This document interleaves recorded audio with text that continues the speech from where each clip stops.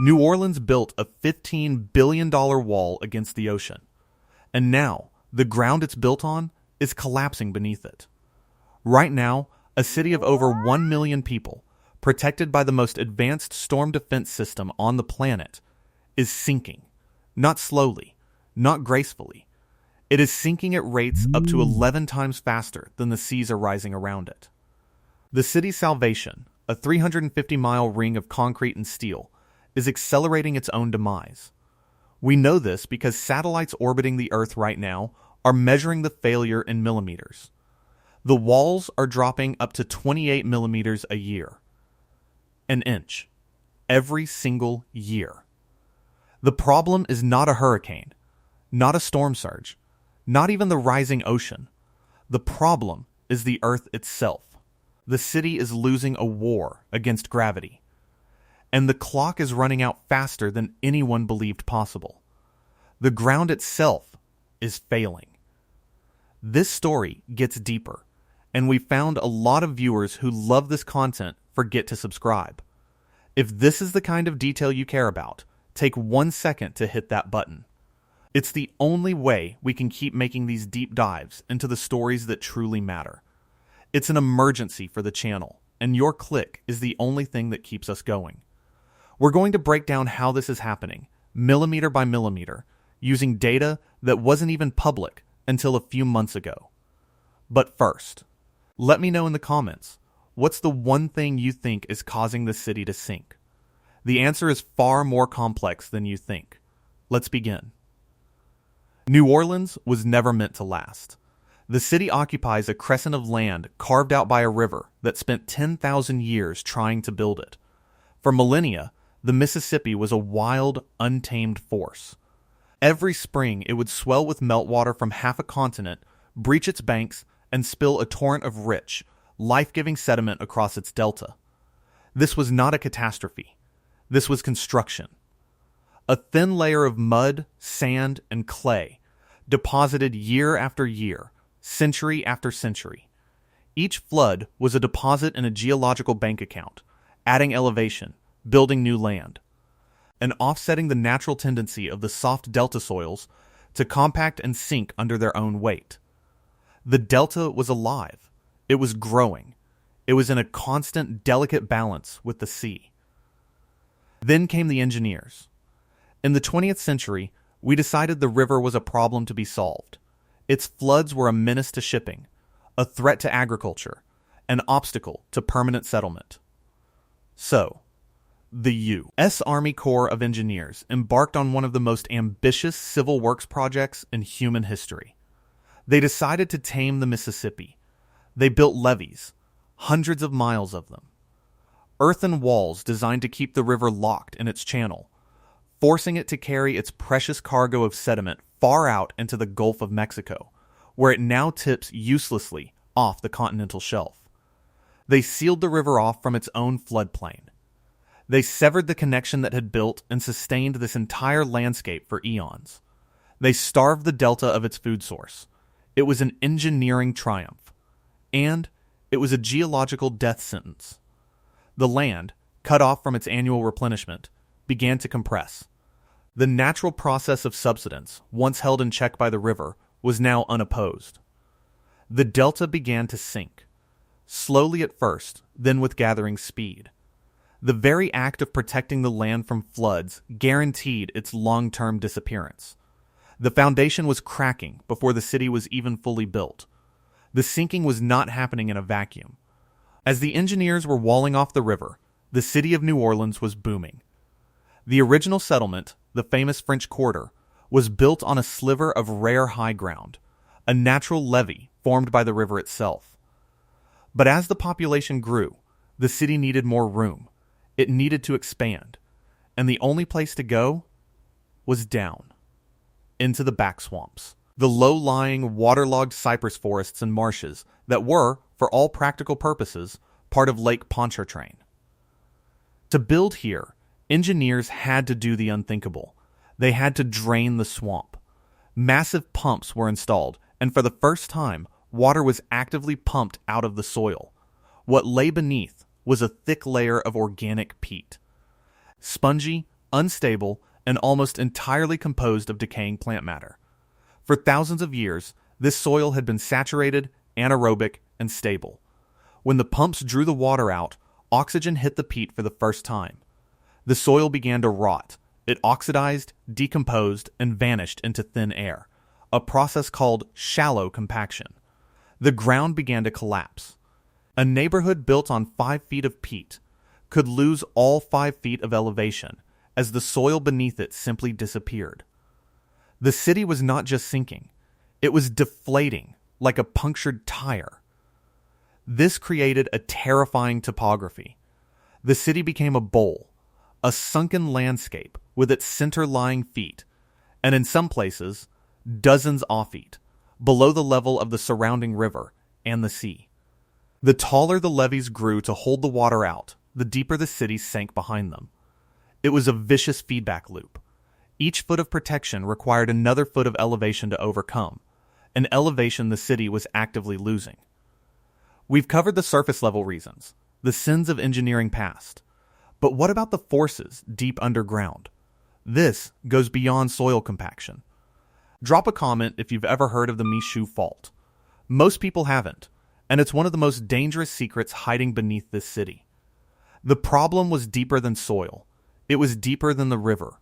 It was tectonic. For decades, the conventional wisdom held that New Orleans sinking was a simple matter of sediment compaction, a shallow problem. Manageable then, a geologist from Louisiana State University named Dr. Roy K. Daka started looking at the data. What he found was so alarming it challenged the entire foundation of the city's safety. He discovered that some parts of the city were sinking at rates that shallow compaction alone could not explain. The ground was dropping too far, too fast. The cause had to be deeper, much deeper. Daka's research led him to a network of ancient geological faults crisscrossing the bedrock miles beneath New Orleans. These weren't the violent, earth-shaking faults of California. These were something quieter, more insidious. Listric growth faults.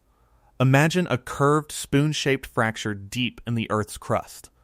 Along this curved plane, huge blocks of bedrock are slowly, relentlessly sliding downwards, dragged by gravity and the immense weight of accumulated sediment above. The most active of these is the Michoud Fault.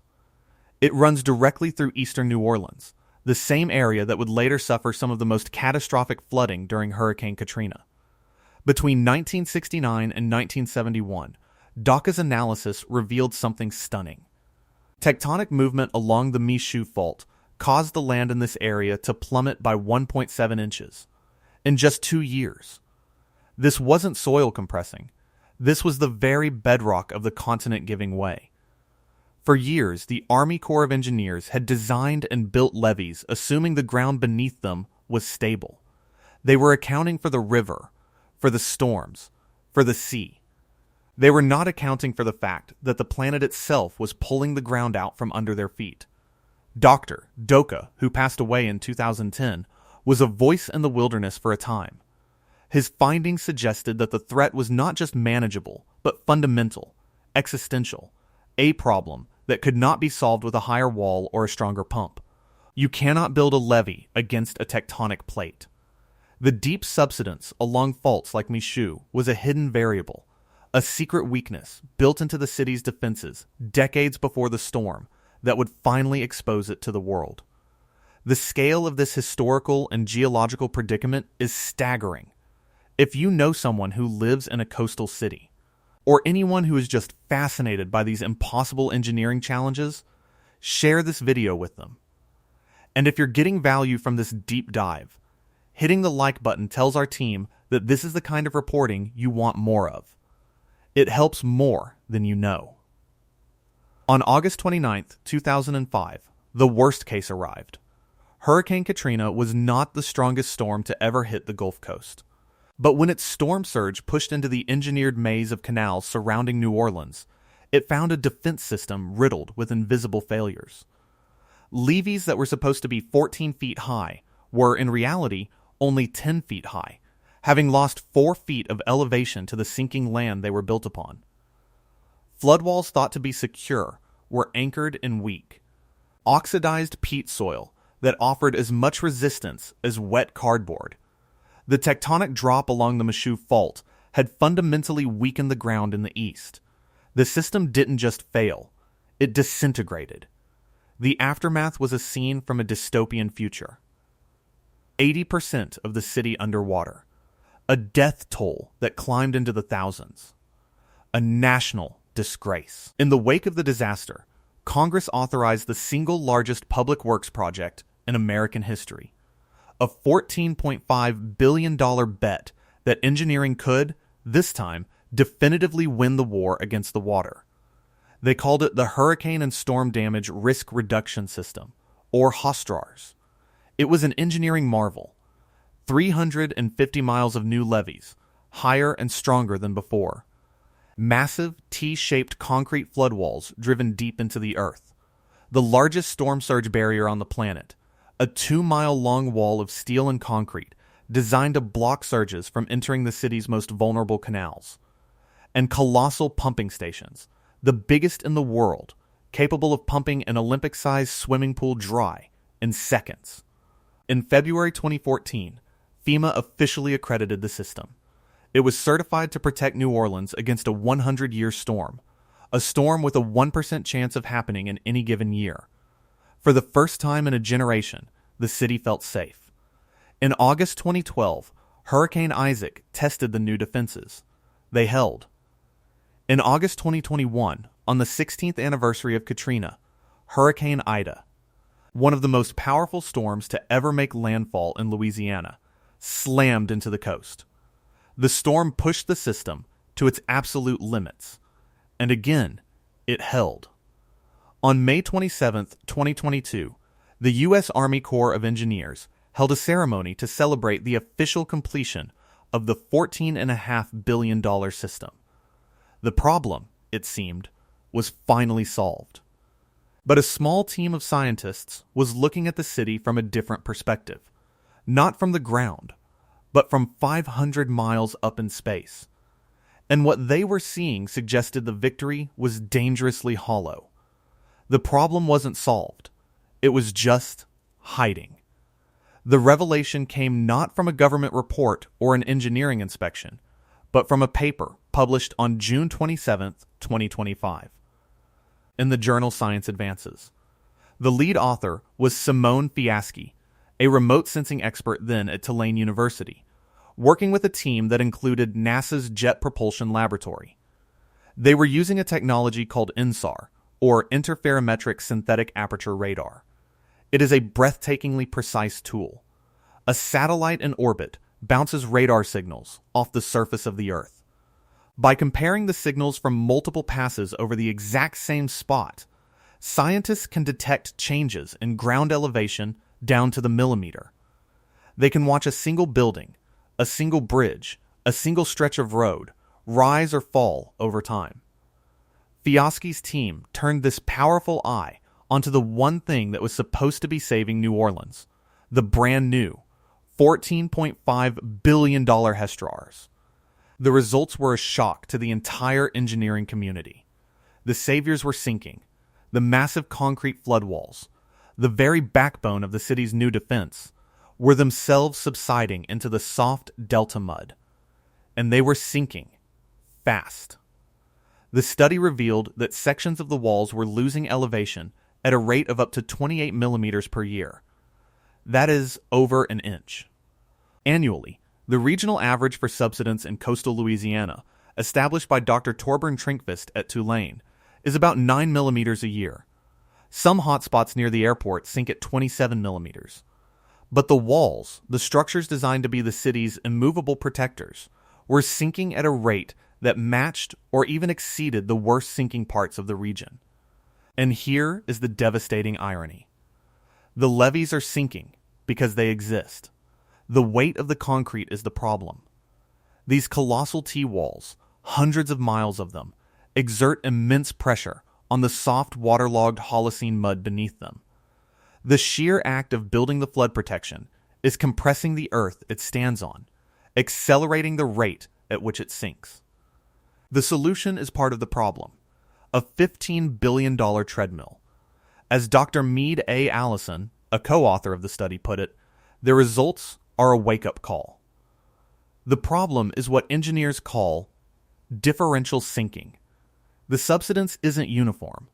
The satellite data is so precise, it can show one end of a concrete flood wall sinking an inch a year, while the other end remains stable. This creates immense internal stress. These rigid structures are not designed to bend. As one part drops and the other doesn't, it puts shearing force on the joints, on the foundations, on the steel reinforcements. It is like, slowly, silently, trying to snap a concrete beam over your knee. The system is being torn apart from below, by the very ground it is supposed to command. And it is happening completely out of sight. And if you're still with us, you're exactly the kind of viewer this channel is for. I know, I'm mentioning it again, but a shocking number of people watch every minute of our reports and don't subscribe. It's hard to understand, but it's true. Please, take that 1 second. It makes all the difference in the world to us and allows us to fund this kind of journalism. For the city of New Orleans, this isn't an abstract scientific finding. It is an economic time bomb. The entire system's legitimacy rests on a single piece of paper, the 100-year storm certification from FEMA. That certification is what allows the National Flood Insurance Program to offer affordable policies to homeowners and businesses. Without that affordable insurance, you cannot get a mortgage. Without mortgages, the real estate market freezes. Without a real estate market, development stops. The entire economy of the city is built on the promise of that 100-year protection. But that protection is directly tied to the height of the levees. If a flood wall designed to be 15 feet high sinks by 1 foot, it no longer offers 15 feet of protection. It offers 14. As the walls continue to sink, millimeter by millimeter, inch by inch, the level of protection they provide steadily degrades. At some point, that level of protection will drop below the 100-year standard. When that happens, FEMA can, and likely will, revoke the certification. The consequences would be immediate and catastrophic. Flood insurance rates would skyrocket, potentially becoming unaffordable for tens of thousands of residents. Property values would plummet. New construction would grind to a halt. The economic engine of the city would seize up. The U.S. Army Corps of Engineers knows this. Their original design for the HSDRRRS included projections for future subsidence. They plan to come back every decade or so to perform levee lifts, literally adding more concrete or earth to the top of the levees to restore their original height. But the 2025 INSAR study proves their projections were wrong. The sinking is happening much faster than they anticipated. The timelines for those crucial levee lifts have to be moved up. The maintenance costs will be far higher than budgeted. The city and the state, through local bodies like the Southeast Louisiana Flood Protection Authority, are now on the hook for a maintenance bill that is growing exponentially faster than anyone planned for. They are trapped in a Sisyphean loop. Build a wall, it sinks. Build it higher, it sinks faster. The cost of just staying in the same place is becoming astronomical. Dr. Kathleen E. Jones, a scientist at NASA's Jet Propulsion Laboratory who has been mapping New Orleans for years, co-authored the 2025 study. Her work has consistently shown this isn't just one problem, but a cascade of compounding failures. The same differential sinking that threatens the floodwalls also fractures the city's rigid infrastructure. Underground water mains snap. Gas lines rupture. Roads crack and crumble. The city is being disassembled by invisible forces. The national conversation is almost always about sea level rise. The narrative is simple, compelling. The ocean is coming for us. But in New Orleans, that is only half the story, and it's the slower half. Global sea level rise from melting ice and thermal expansion is happening at a rate of a few millimeters per year. The land in New Orleans is sinking at rates up to 47 millimeters per year in some wetlands, nearly 2 inches. Gone, The real threat is something called relative sea level rise, or RSLR. It is the combined effect of the ocean rising and the land falling. It is the number that actually matters. And in the Mississippi Delta, the land falling part is winning. By a lot. In January 2026, a landmark study in the journal Nature, co-authored by Professor Robert Nichols, a coastal scientist at the University of Southampton, confirmed this on a global scale. Looking at major river deltas around the world, from the Nile to the Mekong to the Mississippi, they proved that vertical land motion, sinking, is a more immediate and more severe driver of flood risk than global sea level rise. As Professor Nichols stated, before this, nobody had a global view of delta subsidence. This study shows how widespread the problem is and really brings home the need to respond to it. New Orleans is simply the canary in the world's coal mine. The city isn't just fighting climate change. It is fighting geology. It's fighting its own history. The war is being fought on two fronts, one against the rising water and a far more desperate one against the falling land. The 2023 Louisiana Coastal Master Plan, the state's own official guide to survival, projects a high-end scenario of 2.5 feet of relative sea level rise over the next 50 years. 2.5 feet. That is not a distant, abstract number. That's a deadline. A city that is already a bowl will become a deeper bowl. The pumps will have to work harder. The levees will have to grow taller. The cost of survival will continue to climb. Okay, last time, I promise. But if you've made it this far into the details, we're basically family. Just do me a favor and double check if you're subscribed. It's the single biggest way to support this kind of in-depth reporting, and it ensures you won't miss the next story. So what happens now? The city is caught in an impossible bind. The engineering that was meant to be its salvation is flawed. The ground beneath it is unstable. And the sea, patient and relentless, continues its slow ascent. The solutions on the table are becoming more radical, a reflection of how desperate the situation truly is. The state's coastal master plan is no longer just about building higher walls. It is about trying to rebuild the land itself. There are audacious proposals to build massive sediment diversions, huge gates built into the Mississippi River levees that could be opened to allow the river's sediment-rich water to once again flow into the starving wetlands. The goal is to mimic the natural land building process that the levees cut off a century ago, to begin refilling the geological bank account. But these projects are incredibly expensive, politically fraught, and scientifically uncertain. They would require redirecting a river, flooding some areas to save others, and fundamentally altering an ecosystem that has already been pushed to the brink. They are a desperate attempt to turn back the clock.